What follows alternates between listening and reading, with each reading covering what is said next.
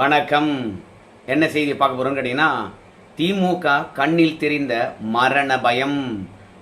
அவசரமாக ஓடி வந்த ஆர்.எஸ். பாரதி இணையத்தில் வைரலாகும் முதல்வர் வீடியோ. 2 நாளாக பிரேமலதா விஜயகாந்த் அவருடைய வீடியோ ஆனது வைரலாச்சு. அதற்கு இன்னைக்கு அவங்க விளக்கம் அளித்திருக்கின்றார்கள். உரிமையுடன் பெண்கள் பாதுகாப்பை வலியுறுத்தி நம்ம முதலமைச்சர் ஐயா அவர்கிட்ட கோரிக்கை வச்சாங்களாம் பிரேமலதா விஜயகாந்த். ஸோ உரிமையுடன் வைத்த கோரிக்கையை தப்பா செய்தி நிறுவனங்கள் செய்தி வெளியிடுகின்றனவாம். அதனால நான் வலியுறுத்தி கேட்டுக்கொள்ளுகின்றேன், பொய்யான செய்தியை போடாதீங்க அப்படின்னு சொல்லியிருக்கிறாங்க.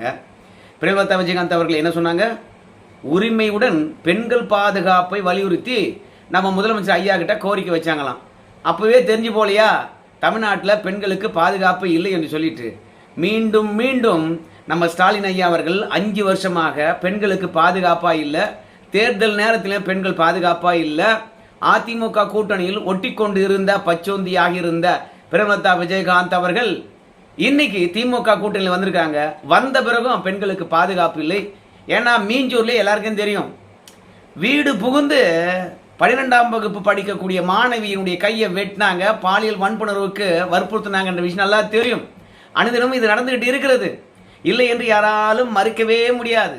அதனால தான் தன்னை மீறி ஒவ்வொரு முறையும் பெண்களுக்கு பாதுகாப்பு இல்லையாப்பா, கொஞ்சம் கூட்டணியில் இருக்கின்ற உரிமையுடன் கேட்குறேன், அதை கொஞ்சம் செஞ்சு கொடுப்பியா ஆட்சிக்கு வந்தா அப்படின்னு மீண்டும் ஒளரி கொட்டி திமுக ஆட்சிக்கு வந்தா சட்டம் ஒழுங்கு கெட்டு போயிடும், பெண்களுக்கு பாதுகாப்பு தான் இருக்காது அப்படின்னு பிரேமலதா விஜயகாந்த் அவர்கள் மீண்டும் உறுதிப்படுத்தியிருக்கின்றார்கள். வயிறு முட்டை உனக்கு சோறு போட்டு உன்னை கூட வச்சிருந்ததுக்கு என்ன செய்ய முடியுமோ அதை செஞ்சிட்ட அப்படின்னு ஒரு படத்துல வடிவேல் கிட்ட சத்யராஜ் சொல்வார்ல, அதே மாதிரி இப்ப பிரேமலதா விஜயகாந்த் கிட்ட நம்ம முதலமைச்சர் ஐயா அவர்கள் சொல்வாரு, ஏவா வேலு கிட்ட 300 கோடியை நீ கொடுடா, நானு அந்த அம்மாவுக்கு ஒரு 10 தொகுதியை கொடுக்குறேன் அப்படின்னு சொல்லி மனம் குளிர வாரி கொடுத்த பிறகும் நீ என்ன செய்யணுமோ அது எங்களுக்கு நல்லா செஞ்சுட்டு அம்மா அப்படின்னு முதல்வர் கண்டிப்பா மனசுல வருத்தம் பட்டு இருப்பார். ஏன்பா இதை பற்றியா பேச வந்த, இது பழைய கதையாச்சே அப்படின்னு சொல்லிட்டு நீங்கள் கேட்பீங்க. புது கதை தாங்க பேச போகிறேன். திமுக கண்ணில் முதல் முறையாக மரண பயத்தை இப்போ தாங்க பார்த்துருக்குறோம். அதெல்லாம் தெரிஞ்சுக்கணும்னா வழக்கம் போல் இது வரைக்கும் நம்ம சேனலை நீங்கள் சப்ஸ்கிரைப் பண்ணலனா மறக்காமல் சப்ஸ்கிரைப் பண்ணிக்கோங்க, கொஞ்சம் சப்போர்ட் பண்ணுங்க. இன்னைக்கு ஆர்.எஸ். பாரதி அவர்கள் தலைமை தேர்தல் ஆணையரை சந்திச்சிருக்கிறாரு. எதுக்கு சந்திச்சிருக்கிறாரு அப்படின்னு பார்க்கும்போது, ஜோகோ நிறுவனத்தினுடைய ஸ்ரீதர் வேம்பு அவர்கள் பாஜக வேட்பாளர்களுக்கு பணம் கொடுக்குறாங்களாம். ஆனால் திமுகவினரை பொறுத்த வரைக்கும் ஒவ்வொரு தொகுதியிலும் எவ்வளோ பணத்தை பதுக்கி வச்சிருக்காங்க அப்படின்றது இங்க இருக்கின்ற எல்லா அதிகாரிகளுக்கும் தெரியும், காவலர்களுக்கும் தெரியும். ஆனாலும் அவங்க கிட்ட போய் எந்த விதமான பறிமுதலும் பண்ண மாட்டாங்கோ. ஆனால் ஸ்ரீதர் வேம்பை பொறுத்த வரைக்கும் 75 லட்சம் ரூபாய் யாரோ ஒருத்தருக்கு கொடுத்திருக்கிறார் செக்கில். ஸோ அதை காவல்துறை மூலமாக தேர்தல் ஆணையமானது கைப்பற்றி விட்டது. இப்படி குறுக்கு வழியில் வெற்றி பெறுவதற்கு பாஜக பணத்தை விநியோகம் செய்கிறது. இதை தடுத்து நிறுத்த வேண்டும், தேர்தல் நேர்மையாகவும் சுதந்திரமாகவும் செயல்பட வேண்டும் என்று முதன்முறையாக ஓடி இருக்கின்றார் நம்ம ஆர்.எஸ். பாரதி. தேர்தல் நடைமுறையானது எவ்வளவு நாள் ஆச்சு? இத்தனை நாள் தேர்தல் ஆணையத்தில் போய் முறையிட்டு இருக்கின்றார்களா திமுகவினர்? இன்னைக்கு பாஜகவினர் அங்கொன்றும் இங்கொன்றுமாக பணம் கொடுக்க ஆரம்பிச்ச உடனே திமுகவுக்கு தேல் கொட்டின மாதிரி இருக்குது. நீ யாருக்கு வேண்டுமானாலும் எத்தனை கோடி வேண்டுமானாலும் கொடுத்து மக்கள்கிட்ட வாக்க பெறலாம். ஆனா அடுத்தவன் உன்னுடைய ஆயுதத்தை எடுத்தா உனக்கு எப்படி இருக்குது?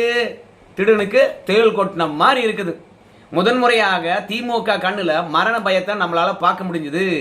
ஏன் இதை சொல்றேன்னு கேட்டீங்கன்னா, 8000 ரூபாய் கூப்பனு, அதாவது அமைச்சர் முதற்கொண்டு அடிமட்டம் தொண்டம் வரைக்கும், விளம்பரம் முதல் கொண்டு வீதியில போறவன் வரைக்கும் பா இது பாருப்பா 8000 ரூபாய் கூப்பன் கொடுக்க போறோம்பா, உங்க விருப்பப்பட்டதை வாங்கிக்கலாம்பா. ஏன்னா உங்க வீட்டில் ஃப்ரிட்ஜ் இருக்கும், 2வது நாங்கள் ஒரு கலர் கொடுப்போம், ஆனால் உங்களுக்கு இந்த கலர் பிடிக்காது, அதனால கலர் பார்த்து கூட வாங்கிக்கலாம்பா அப்படின்னு சொல்லிட்டு 8000 ரூபாயை எப்படியெல்லாம் முன்னிறுத்தி விளம்பரம் பண்ண முடியுமோ அப்படி விளம்பரம் பண்ணிட்டு மக்கள்கிட்டே போய் இந்த 8000 ரூபாய் கூப்பனை உறுதி பத்திரம் போல கொடுத்து வாக்கு சேகரித்து கொண்டு இருந்தாங்க. அந்த கூப்பன் மூலமாக ஒரு பட்டியல் இனத்தை சார்ந்த ஒரு பெண்மணி உயிரே இருந்துட்டாங்க, எனக்கு கூப்பன் கொடுக்கலன்னு சொல்லிவிட்டு. ஆனா தலித் மக்களுக்காக போராடக்கூடிய எந்த ஒரு தலைவரும் இதை எதிர்த்து கேள்வி கேட்கவே இல்லை.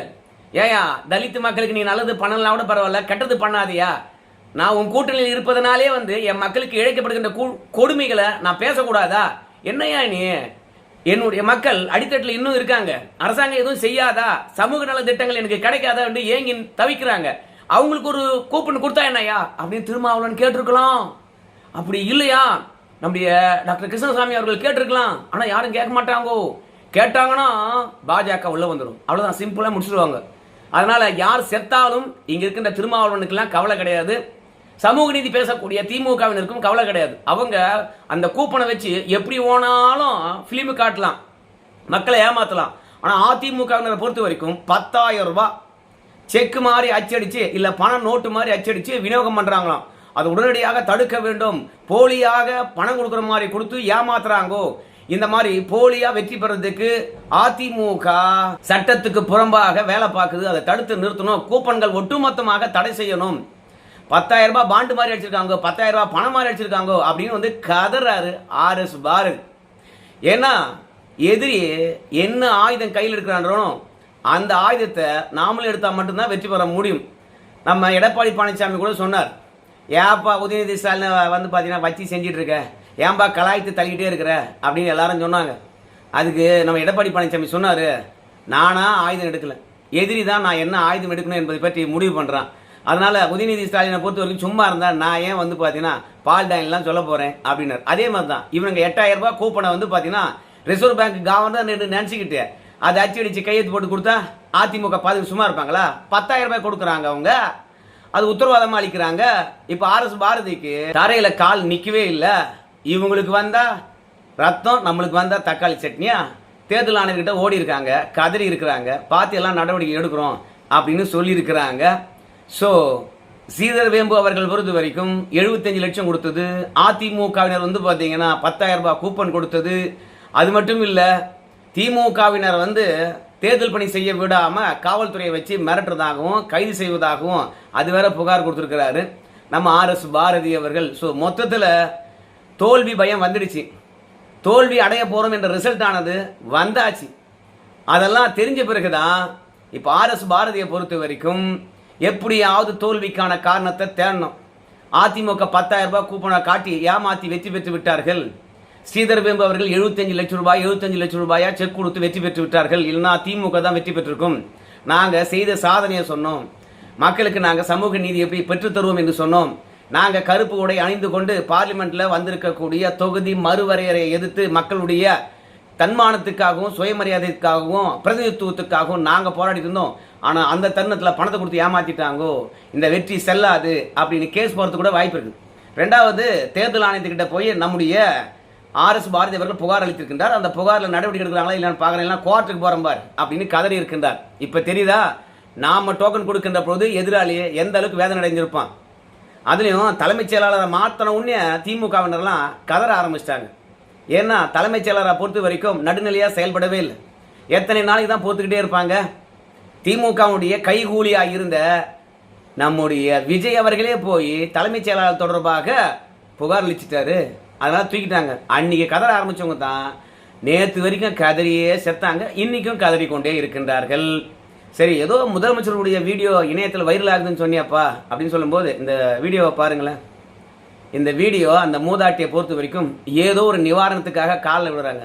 அந்த மனுவை வாங்கி பக்கத்தில் இருக்கிறவங்க கிட்ட கொடுத்துட்டு அந்த மூதாட்டியை லெப்ட் ஹேண்ட்ல தள்ளிட்டு போயிட்டே இருக்கிறாங்க. நீ மனு வாங்கலனா கூட பரவாயில்ல, ஆனால் வாக்களித்து அதிகாரத்தை அளிக்கக்கூடிய மக்களை இவ்வளவு கேவலமா நடத்தாதீங்க அப்படின்னு தான் எல்லாருடைய கருத்தும் இருக்குது. அதிகாரம் இவங்க கிட்ட இருக்கிற வரைக்கும் எப்படி நடந்துக்கிறாங்க பாருங்க. அதிகாரம் இல்லை என்றால் எதிர்கட்சி வரிசையில் எப்படி எல்லாம் பேசுவாங்க தெரியுங்களா? அவங்களுடைய போராட்ட குணமும் அது மட்டும் கிடையாது, மக்களுக்காக அவங்க தருகின்ற வாக்குறுதியும் இல்ல மக்களுடைய தேவைக்காக களத்தில் இறங்குவதும் திமுக காரங்களை விட்டா வேற யாருமே இருக்க மாட்டாங்க. எதிர்கட்சி வரிசையில் இருந்தா சிறப்பான எதிர்கட்சியாக வந்து திமுக செயல்படும். ஆனா இன்னைக்கு ஆளுங்கட்சியா இருந்து தேர்தலை சந்திப்பதனால அந்த மூதாட்டிலாம் பெருசா தெரியல, சும்மா லெப்ட் ஹேண்ட்ல தள்ளி விட்டே போறார். ஸோ மக்களை மதிக்காத திமுக மீண்டும் ஆட்சிக்கு வரணுமா? இதுதான் எல்லாருடைய கேள்வியா இருக்கிறது. அது மட்டும் இல்ல, இன்னைக்கும் பாத்தீங்கன்னா பிரச்சாரத்துல நம்ம முதலமைச்சர் ஐயா பொறுத்த வரைக்கும் கருப்பு உடை அணிந்து கொண்டுதான் தேனியில வந்து பாத்தீங்கன்னா திமுக வேட்பாளர்களுக்கு வாக்கு சேகரித்துக் கொண்டு இருக்கின்றார். இன்னுமா அந்த கருப்பு சட்டை உள்ள அப்படின்னு சொல்லிட்டு கேட்பீங்க. ஆமா, பார்லிமெண்ட்ல படாத அசிங்கத்தை பட்டுட்டாங்க திமுகவினர் அத்தனை பேரும். ஆனால் இருந்தாலும் தொடர்ந்து நம்ம சொன்ன பொய்யை மக்களுக்கு கொண்டு போய் சேர்க்கணுமே. ஏன்னா பிரதமர் மோடி இருக்கலாம், அமித்ஷாவா இருக்கலாம், தேஜஸ்வி சூர்யா அவர்களாக இருக்கலாம், நம்ம அண்ணாமலையாக இருக்கலாம், ரெண்டாவது வானதி சீனிவாசன், இப்படி முன்னணி தலைவர்கள்லாம் வந்து இந்த தொகுதி மறுவரையினால தமிழகம் பாதிப்படையல அப்படின்னு சொல்லிட்டாங்க. எடப்பாடி பழனிசாமியை பொறுத்த வரைக்கும் சூப்பராக சொல்லியிருக்கின்றார். இன்னைக்கு ஸ்டாலினை பொறுத்த வரைக்கும் ஒட்டுமொத்த தமிழக மக்களையும் பயமுறுத்துறாரு. ஆனால் அவங்களே எதிர்பார்க்காத அளவுக்கு சிறப்பாக தொகுதி மறுவரையை கொண்டு வர போறாங்க, தமிழ்நாட்டு மக்கள் எல்லாம் கொண்டாட போறாங்க பாருங்க அப்படின்னு எடப்பாடி பழனிசாமி சொன்னாரு. அப்படிதான் தொகுதி மறுவரையானது வந்திருக்கிறது. ஏற்கனவே நம்ம பார்லிமெண்ட்ல நம்ம மாநிலத்துடைய பிரதிநிதித்துவம் 7.18, இப்போ தொகுதி மறுவரை மூலமாக 7.23 உயர்ந்திருக்கிறது. அப்படி பார்க்கும்போது 0.5% வந்து பாத்தீங்கன்னா அதிகரிச்சிருக்கிறது. ஏதாவது ஒரு 0.5% குறைஞ்சிருந்தா கூட போராடலாம் இவங்க. ஆனா நான் எப்படி நமக்கு பிரதிநிதித்துவத்தை விட 0.5% வந்து பாத்தீங்கன்னா அதிகமாக தான் கொடுத்துருக்காங்க. ஆனா இவங்க கருப்பு ட்ரெஸ்ஸை போட்டுக்கிட்டு அலப்பற பண்றாங்க. இதுல மோடியை பொறுத்த வரைக்கும் நம்ம ஸ்டாலின் ஐயா அவர்கள் கருப்பு உடை அணிந்ததா இருந்தாலும் சரி, கருப்பு கொடியாத்தந்தா இருந்தாலும் சரி, பயங்கரமா விமர்சனம் பண்ணார். என்ன பண்ணார் என்று பார்க்கும் பொழுது, ஐயா நம்ம ஒரு சூப்பரான விஷயத்தை சொல்லுவோம், அதை கண்ணு பட்டுடக்கூடாது என்பதற்காக கருப்பு மை வைப்பாங்க. அதே மாதிரி தான் மகளிருக்காக இருக்கலாம், நம்முடைய மாநிலங்களும் நம்ம நாடு முன்னேறுவதற்கு தொகுதி மறுவரை செய்வது எல்லாம் வந்து பார்த்தீங்கன்னா நல்ல விஷயத்துக்காக. ஸோ திஷ்டி கழிப்பதற்காக நம்ம முதலமைச்சர் ஸ்டாலின் அவர்களை பொறுத்த வரைக்கும் கருப்பு உடை அணிந்து கருப்பு கொடி ஏற்றிருக்கார். அவருக்கு ஒரு நன்றி அப்படின்னு சொல்லியிருக்கின்றார். ரெண்டாவது, பிரதமரை பொறுத்த வரைக்கும் தொகுதியில் எந்த விதமான பிரச்சனையும் வராது, யாருக்கும் அநீதி இழைக்கப்படாது, தமிழில் கூட நான் உறுதியளிப்பதாக இருந்தால் உறுதியளிக்கிறேன், ஏயா பொய்யா பிரச்சாரம் பண்ணிட்டு இருக்கீங்க, மக்களை பிரிவினைப்படுத்துறதே உனக்கு வேலையா அப்படின்னு மோடி சொன்னார். அமித்ஷா தெளிவாக சொல்லிட்டார், உங்களுக்கு இப்போ 39 தொகுதி இருக்குது, 50% உயர்த்தணும்னா 59 தொகுதியாக வந்துடும். அதனால எந்த விதத்திலும் உங்களுக்கான தொகுதி மறுவரையானது பாதிப்படையாது, உங்களுக்கு அநீதி இழைக்கப்படாது அப்படின்னு சொல்லிட்டாங்க. அது மட்டும் கிடையாது, நம்முடைய சபாநாயகர், பாராளுமன்ற சபாநாயகர் அவர்களை பொறுத்த வரைக்கும் TR பாலு அவர்கள் பேசுகின்ற பொழுது என்ன சொல்வார்னு கேட்டீங்கன்னா, நாங்கள் இந்த தொகுதி மறுவரையறையை கண்டித்து கருப்பு கொடி ஏற்றணும் அப்படின்னு வந்து சொன்னாங்க. அதுக்கு நம்முடைய சபாநாயகரை பொறுத்த வரைக்கும் உங்க தலைவர் கருப்பு கொடி ஏற்றினா என்ன, மஞ்சள் கொடி ஏற்றினா என்ன, அதையா வந்து பார்லிமெண்ட்ல சொல்லிட்டு இருக்கீங்க, அது உங்க விஷயம் அப்படின்னு சொல்லிட்டு முகத்துல கரிய பூசிட்டாரு. ஸோ தமிழக எம்பிகளை பொறுத்த வரைக்கும் பார்லிமெண்ட்ல போய் நாங்க உரிமைக்காக பேசுறோம் அப்படின்னு சொல்லிட்டு தமிழ்நாட்டு மக்களுடைய மானத்தை வாங்கிட்டு இருக்காங்க. பிரச்சனை எதுவுமே இல்லை என்பதனால தான் மக்களை பொறுத்த வரைக்கும் திமுக கதறோன்னு கதறினாலும் காது கொடுத்து யாரும் கேட்க மாட்டாங்கய்யா.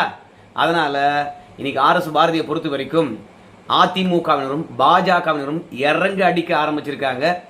கண்ணில் தெரியுது தோல்வி பயம், உடனே கதற ஆரம்பிச்சிட்டாரு. தேர்தல் ஆணையத்துக்கிட்ட போயிட்டு அதுவும் அவசரமாக ஓடிடுறாரு, அவசரமாக பேட்டி அளிக்கிறாரு, ஓடிக்கிட்டே இருக்காரு. ஏன்னா நின்று ஏதாவது பதில் சொன்னார்னு வச்சுங்களேன், திமுக ஆட்சியுடைய அவலங்கள் கப்பல் ஏறும், அதுக்கெல்லாம் பதில் சொல்ல முடியாது இல்லை. அப்போதும் வந்து பார்த்தீங்கன்னா பத்திரிகையாளர்கள் விடவே இல்லை. ஏங்க இந்த ராகுல் காந்தியும் முதலமைச்சரும் ஒன்னா பிரச்சாரம் பண்ணவே மாட்டாங்களா? 2 பேரும் ஒன்னா பிரச்சாரம் பண்ணாதான் கூட்டணி பலமானதாக இருக்குதுன்னு சொல்ல முடியும், இணக்கமானதாக இருக்குன்னு சொல்ல முடியும். ஏங்க ஒன்னா சேர்ந்து பிரச்சாரம் பண்ண மாட்டாங்க அப்படின்னு சொல்லுகிற போது, முதலமைச்சரை பொறுத்த வரைக்கும் 18 வந்து ராகுல் பிரச்சாரம் பண்றாரு. அந்த நேரத்தில் நம்ம முதலமைச்சரை பொறுத்த வரைக்கும் 12 தொகுதிக்கு பிரச்சாரம் பண்ண வேண்டியதாக இருக்குது, 19 நம்ம தென் மாவட்டத்துக்கு போக வேண்டியதாக இருக்குது, 20, 21 அவருடைய சொந்த தொகுதியில் பிரச்சாரம் பண்றாரு. அதனால் ஏற்கனவே வந்து முதலமைச்சருடைய எல்லா ப்ரோக்ராமும் ஃபிக்ஸ் பண்ணதுனால ராகுல் காந்தியுடன் வந்து பிரச்சாரம் பண்ணுறதுக்கான வாய்ப்பு இல்லை. அவர் முன்கூட்டியே தீர்மானிச்சிட்டார் எங்கே பிரச்சாரம் பண்ணணும்னு சொல்லிட்டு, முதலமைச்சர் எங்கே பிரச்சாரம் பண்ணணும்னு சொல்லிட்டு தீர்மானிச்சிட்டார். ஆக மொத்தத்தில் இந்த முறை 2 பேரும் ஒன்றா சேர்ந்து பிரச்சாரம் பண்ண மாட்டாங்க அப்படின்னு சொல்லிட்டாங்க. கடைசி வரைக்கும் ராகுல் காந்தியும் ஸ்டாலினும் சந்திக்கவே இல்லை. இந்த கூட்டணி தொடர்பாக ராகுல் காந்திக்கு விருப்பமே இல்லை அப்படின்னு யாராவது கப்ஸா விட்டுட்டாங்கன்னா என்ன பண்ணுறது? அதனால நம்ம ராகுல் காந்தி கிட்ட நம்ம ஸ்டாலின் ஐயா அவர்கள் தொகுதி மறுவரையறை தொடர்பாக போன் பண்ணி பேசினாங்களாம். இந்த தொகுதி மறுவரையறையை நம்ம ஆதரிக்கலாமா, ஆதரிக்க கூடாதா, எதிர்க்கலாமா, எதிர்க்கக்கூடாதா, நிறைவேறாம தடுத்துடலாமா அப்படின்னு சொல்லிட்டு ஸ்டாலினும் நம்ம ராகுல் காந்தியும் டிஸ்கஸ் பண்ணாங்க அப்படின்னு ஒரு பொய்யான செய்தி விட்டாங்களா, உண்மையாவே டிஸ்கஸ் பண்ணாங்களா நம்மளுக்கு தெரியல. ஆக மொத்தத்தில் ராகுல் காந்திக்கு மன கஷ்டப்பே இல்லை, நம்ம ஸ்டாலின் ஐயாவுடன் பேசிட்டாங்க அப்படின்னு ஸ்டிக்கர்லாம் ஓட்டினாங்க. எப்படி ஓட்டினாலும் சரிங்க, திமுக காங்கிரஸ் கூட்டணி இணக்கம் இல்லை. இந்த தேர்தலோட சரி, அடுத்த தேர்தலில் காங்கிரஸுக்காவது ஒன்று சமாதி கட்டுவாங்க, இல்லை திமுகவுக்கு பெரிய கல்லறை கட்டுவாங்க அப்படின்றது மக்களுடைய கருத்தாக இருக்குது. இந்த வீடியோ தொடர்பாக உங்கள் கருத்தை சொல்லுவோம். நன்றி.